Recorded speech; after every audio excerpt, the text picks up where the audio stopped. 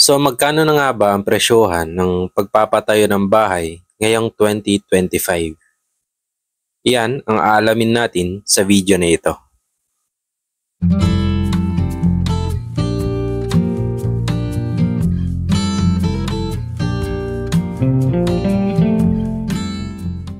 So kapag gumagawa tayo ng estimate, we need to include also itong tinatawag nating general requirements. So ano nga ba ito nilalaman ng general requirements? So unang-una, andyan yung tinatawag natin mobilization and demobilization. Pangalawa, permits, temporary facilities. So under temporary facilities, andyan yung barracks, site office in case magkaroon ng meeting, toilet and bathroom, and board ups.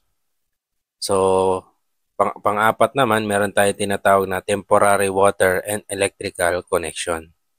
Panglima, water and electric bill, plan, and etc. So dito sa gagawin nating estimate, ang isasama lang muna natin ay itong item number 1.4 and 1.5, which is temporary and water electrical connection and consumption, na good for 3 months. Since maliit lang itong bahay na gagawin natin na estimate, so para makatipid, kumuha ng tao na malapit lang sa area para hindi na kayo gumastos sa pagpapagawa ng kanilang temporary facilities or tinatawag natin temporary barracks. Ang importante, magkakaroon lang tayo ng isang CR. So para sa general requirements, gagastos tayo dito ng 20,000 pesos.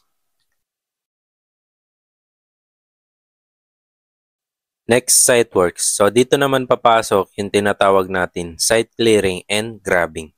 Ang purpose naman nito ay para matanggal muna yung mga unwanted materials sa area na pagtatayuan ng bahay, tulad ng mga damo, basura, mga puno at iba pa maaaring makasagabal sa pagpapatayo ng isang bahay. Pangalawa, yung demolition, in case may existing structure na kailangan ng tanggalin. And lastly, kapag malinis na ang area, dyan na papasok yung tinatawag nating layout and staking para makapag-start na maghukay. So, dito sa site works, ang price nito ay magdedepende sa condition ng isang site. Next, earthworks. So, dito papasok yung excavation, backfilling, grading and compaction para sa slab on grade or flooring, gravel bedding, and trimming. So itong trimming, optional ito. Kung heavy equipment ang maghuhukay, magkakaroon tayo ng trimming. Pero kung manual excavation, wala ng trimming. Ang purpose kasi ng trimming ay para tanggalin yung mga imperfection at mga lupa na hindi na kayang dakutin ng excavator. So dito sa earthworks, gagastos tayo dito ng 19,950 pesos. So labor and materials na yan. Next, structural works. So under structural naman, meron tayo ditong rebar works, concrete works, formworks, metal works, and roofing. So sa rebar works, ito yung price natin. So we have 35,397 pesos. So labor and materials na yan. So ang mga price na nakikita nyo ngayon ay base lamang sa mga local hardware na napagtanungan ko dito sa amin. At ito na yung pinakamura na na-canvas ko with free delivery na rin. So take note, kung bibili kayo ng bakal sa local hardware, make sure na tama yung grade ng bakal na bibilin nyo. Kasi karamihan na binibenta ay grade 33, kaya mas mura kumpara sa grade 40 na bakal. So be careful lang kasi naka-encounter na ako ng ganito. Next, concrete works. So, ang total cost naman nito ay 36,245 pesos. So, labor and materials na din ito. So, next, formworks. So, kung bungalow type at yung roof framing natin ay hindi naman ganun kabigat, I suggest na unahin nyo yung asintada para makatipid sa pamorma. Pero kapag 2-story naman o kaya bungalow type na high ceiling, mas okay kung mauna yung structural frame bago ang asintada. So we have 34,550 pesos, labor and materials na rin ito. So meron din tayo ditong konting railing sa harap. So, ang total price naman nito ay 14,950 pesos. And lastly, para sa ating structural works ay ang roof framing and roofing. So, gumamit ako dito ng 2x4 by 6 mm na channel bar para sa rafter. GI 2x4 by 1.5 mm para sa C-purlins.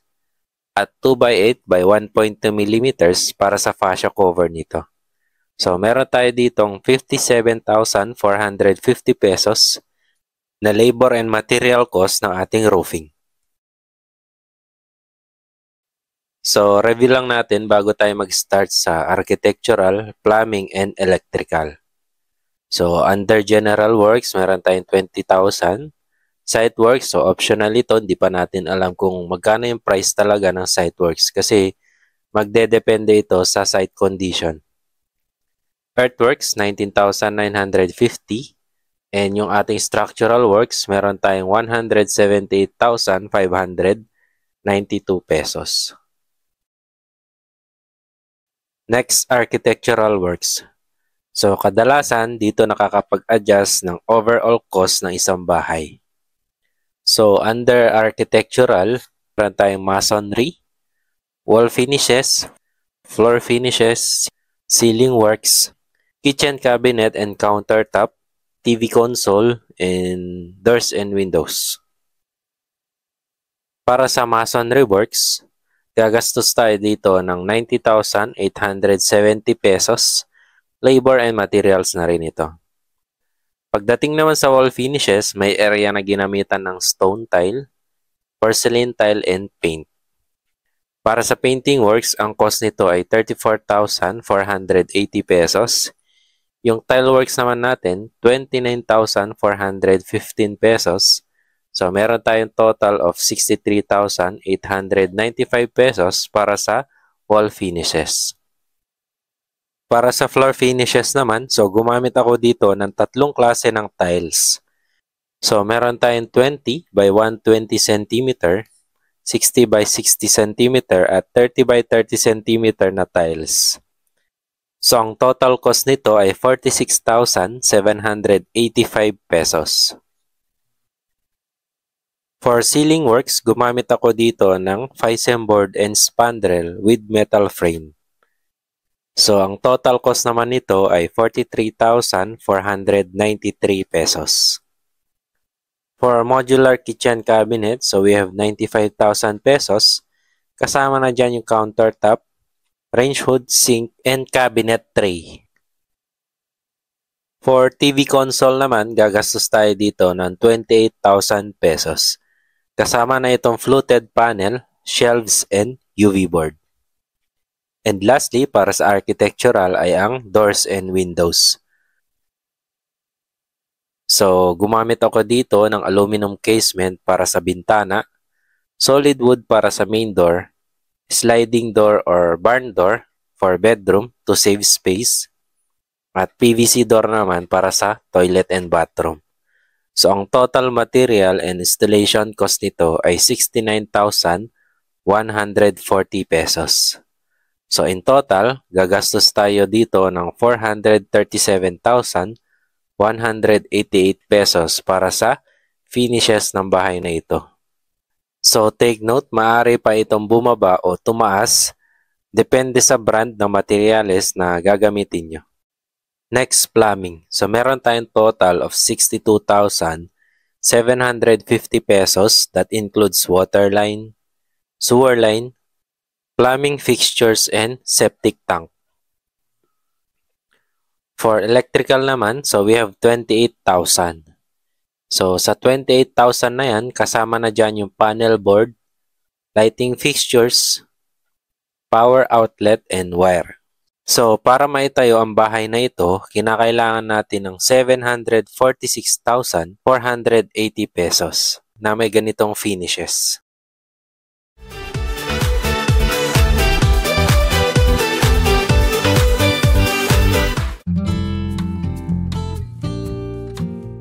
So kung sakali hindi kaya ng budget, may mga item naman na pwedeng gawin kapag nagkaroon na ng sapat na pera. Tulad ng painting, tiles sa exterior wall, At pwede din natin tanggalin muna yung modular kitchen cabinet. And instead of aluminum casement window, pwedeng gumamit ng jalousie na lang or aluminum sliding window. So sabi ko nga, napaka-flexible ng architectural finishes pagdating sa budgetary cost. Unlike sa structural frame na talagang magdedepende ka na lang kung kailan bababa yung price ng mga materyales. Kasi hindi mo ito pwedeng palitan unless bawasan yung quantity na nakalagay sa plano na napakadelikadong gawin.